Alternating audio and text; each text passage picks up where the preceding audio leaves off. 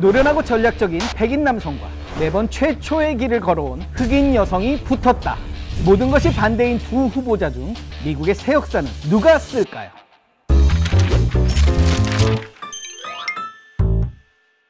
지금까지 이렇게나 스펙타클한 미국 대선은 아마 없었던 것 같아요. 트럼프 총격 사건에 바이든의 후보 사퇴까지. 사실 이때까지는 트럼프의 당선이 거의 확실시되는 분위기였거든요. 근데 바이든의 바통을 이어받은 카멀라 해리스의 등장으로 미국 대선의 향방은 안개 속으로 빠져들고 있습니다. 카멀라 해리스의 약진이 심상치가 않아요.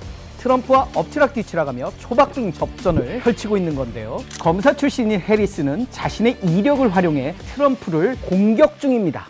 88개의 혐의로 재판 중인 트럼프와 검사 대 중범죄자의 대결 구도를 가져가고 있는 건데요. 해리스는 한 연설에서 이런 말을 하기도 했습니다. I was the elected Attorney General, as I've mentioned, of California, and before that I was a courtroom prosecutor. In those roles, I took on perpetrators of all kinds. I know Donald Trump's type, and in this campaign I will proudly put my record against his. 또 해리스는 나이로도 트럼프를 압박하고 있거든요. 그전에는 트럼프가 바이든의 나이를 가지고 엄청 공격했었잖아요. 근데 지금 19살 어린 후보가 짜잔 하고 등장했으니 본인의 무기가 자충수가 된 셈이죠. 이 나이를 해리스가 또 잘 이용하고 있는 게 뭐냐면요, 미국 젊은이들 사이에서 카멀라는 악동이라는 밈이 꽤나 이슈였단 말이죠. 이게 해리스의 반항적인 이미지를 강조하는 건데요. 해리스 캠프가 또 잽싸게 밈의 초록색 배경과 글꼴을 선거운동 캠프 SNS에 활용을 한 거죠.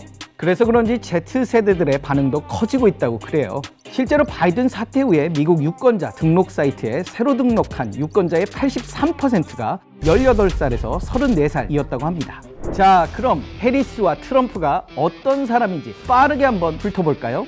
해리스는 흑인 아시아계로 1964년 캘리포니아에서 인도인 어머니와 자메이카 아버지 사이에서 태어난 이민자의 딸입니다.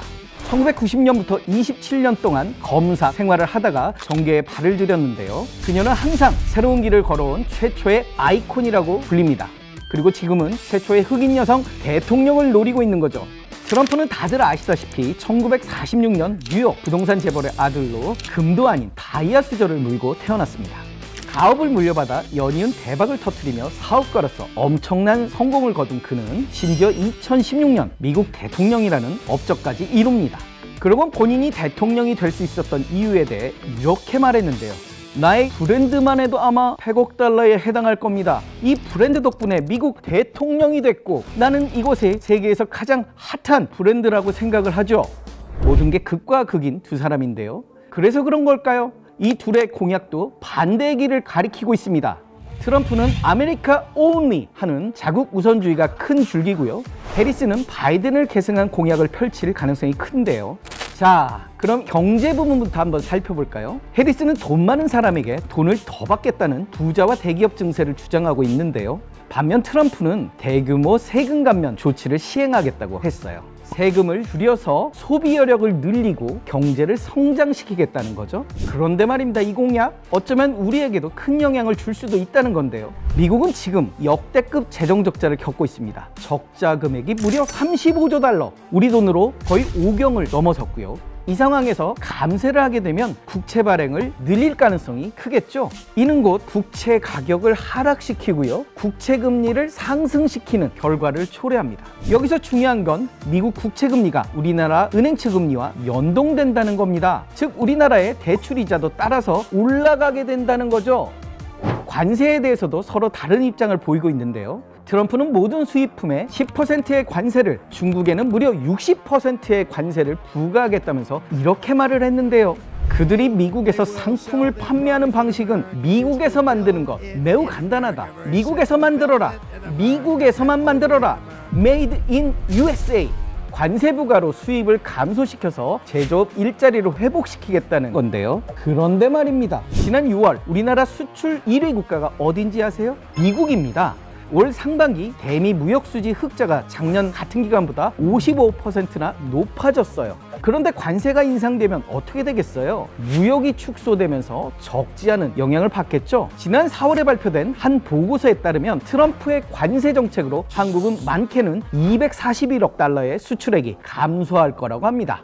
반면 해리스는 트럼프의 관세 정책이 물가 상승을 초래할 것이라고 강하게 비판을 했는데요. 중국에 대해서도 견제는 하겠지만 트럼프와는 다른 방향으로 전개될 것으로 보입니다. 동맹과 파트너 간 공급망 재편에 집중해 중국 공급망 의존도를 줄여갈 것으로 예상하고 있어요. 자, 그럼 외교는 어떨까요?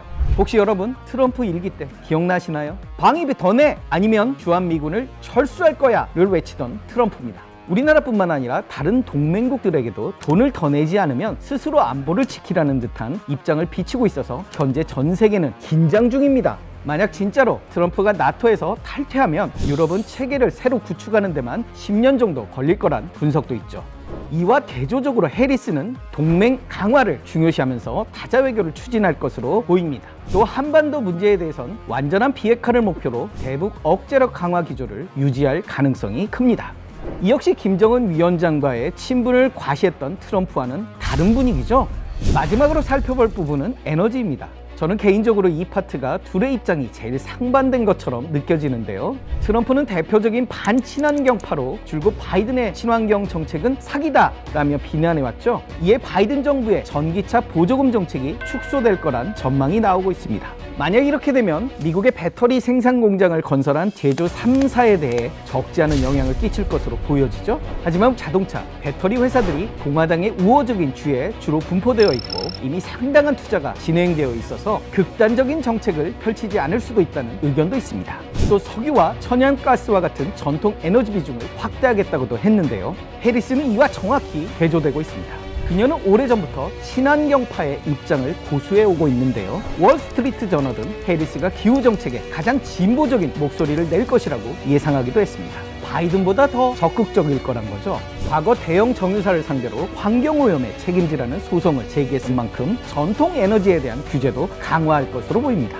이렇게나 상반된 두 사람의 공약에 주식시장은 크게 요동치고 있는데요. 계속된 변동은 있겠지만 만약 트럼프가 이러한 기조를 바탕으로 대통령이 된다면 신재생에너지 2차전지 업계엔 적신호가, 전력설비 원전, 석유 방산엔 청신호가 터질 것으로 보입니다. 반면 해리스가 대통령이 된다면 지금까지와 비슷한 흐름이 될 것이라고 보이는데요. 그렇게 된다면 태양광, 풍력 등 신재생에너지 관련 기업과 전기차 배터리 관련 기업이 부각될 것으로 보입니다. 그리고 또 하나 주목할 분야가 있는데요. 바로 마리화나 대마입니다.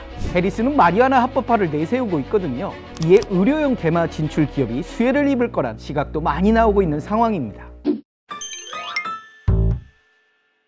미국의 어느 칼럼니스트에 따르면 미국 대선이 치러지는 해에 주가가 오르면 집권당이 승리할 가능성이 높아진다고 합니다.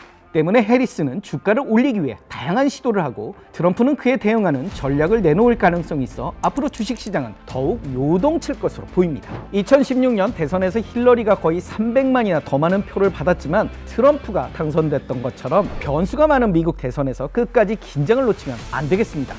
오늘 저의 이야기는 여기까지입니다. 여러분은 어떠셨나요?